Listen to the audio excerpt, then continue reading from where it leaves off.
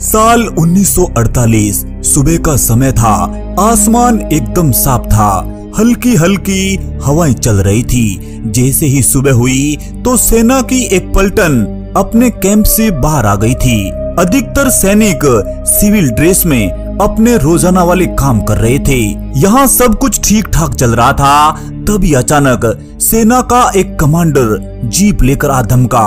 ऐसा रोज तो नहीं होता था, इसलिए सैनिक ये माजरा भांप नहीं पाए थे। फिर भी उन्हें लगा कि ये कोई अनहोनी का संकेत है। असल में कमांडर साहब इस पलटन से थोड़ी दूरी पर ही एक दूसरे कैंप में रहते थे, लेकिन आज उनका अचानक आना ये कोई नॉर्मल बात तो नहीं थी। 4 महीनों के कैंप में ये पहली बार हुआ था कि कोई कमांडर इतनी जल्दी पलटन के पास पहुंचा हो। चेहरे के हाव भाव भी वो रोजाना वाले नहीं थे।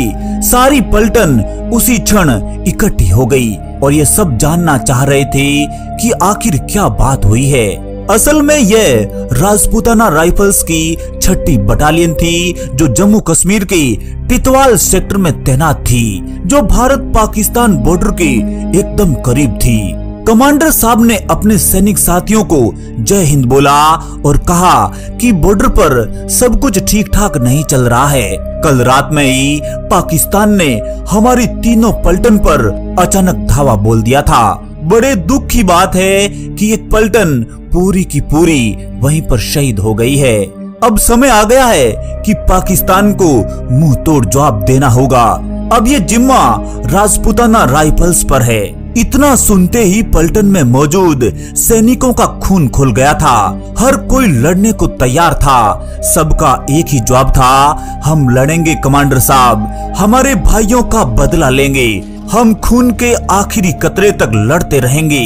राजपूताना राइफल्स ने रणघोष लगाया, बोलो राजा रामचंद्र महाराज की जय हो। राजपूताना राइफल्स की इसी पलटन को लीड कर रहे थे हवलदार मेजर पीरू सिंह शेखावत। 30 साल का ये जवान अभी अभी अपने घर से छुट्टियां मनाकर लौटा था। इस राजपूती मेजर की आंखें लाल हो गई थी, भुजाएं लड़ने के लिए फड़क रही थी। मेजर साहब ने आओ देखा ने ताओ, पल भर में ही अपने सैनिकों को उस पोस्ट पर जाने का आदेश दे दिया था। सैनिकों ने अपने हथियारों की पूजा की, अपने परिवार वालों को याद किया और फिर चल दिए अपने वतन की रक्षा के लिए। असल में कंपनी हवलदार मेजर पीरू सिंह शेखावत उस राजस्थानी मिट्टी के लाल थे, जो किसी समय महाराणा प्रताप और दुर्गादास जैसे वीरों की धरती रही थी। शेखावत साहब का जन्म 20 मई 1918 को झुंझुनू के बेरी गांव में हुआ था। आज भी राजस्थान के झुंझुनू जिले का नाम लिया जाता है तो सैनिकों के रोंगटे खड़े हो जाते हैं, क्योंकि झुंझुनू जिले का ऐसा कोई गांव नहीं जहां से उसने सैनिक ना दिया हो। रणबांकुरों की धरती का झुंझुनू जिला राजस्थान में ही नहीं अपितु पूरे देश में वीरता के क्षेत्र में अपना अलग ही स्थान रखता है। पूरे देश में सर्वाधिक सैनिक देने वाले इस जिले की मिट्टी के कण कण से वीरता टपकती है। और फिर मेजर साहब पीरू सिंह शेखावत भी वहीं के रहने वाले थे। आगे बढ़ने से पहले पीरू सिंह के बचपन का वो किस्सा आपको सुना देते हैं जो बेहद कम लोग जानते हैं। हुआ यूं था कि एक बार बालक पीरू सिंह छोटी कक्षा में पढ़ाई कर रहे थे, लेकिन तभी साथी सहपाठी से झगड़ा हो गया था और ये बात मास्टर जी तक पहुंच चुकी थी। और फिर बालक पीरू सिंह की जबरदस्त खिंचाई हुई। पीरू सिंह की वे आखिरी स्कूल थी। उस दिन के बाद पीरू सिंह शेखावत स्कूल के आगे तो क्या पीछे से भी कभी नहीं निकले थे। अपने पिता लाल सिंह जी के 7 संतानें थी, जिसमें पीरू सिंह सबसे छोटे थे। और फिर खेती बाड़ी में हाथ बटाने लगे।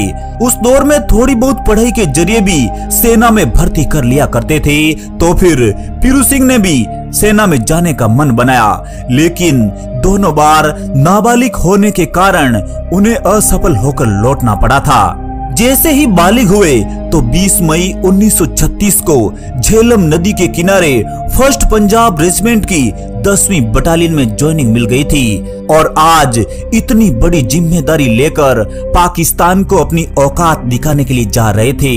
तारीख थी 8 जुलाई 1948 की। पहले से ही मौजूद पाकिस्तानी फौज ने रिंग कॉन्टोर पर कब्जा कर रखा था। पूरी पाकिस्तानी फौज ऊंचाई पर मौजूद थी। इसी वजह से किशनगंगा नदी के किनारे मौजूद भारतीय आर्मी को पीछे हटना पड़ा था।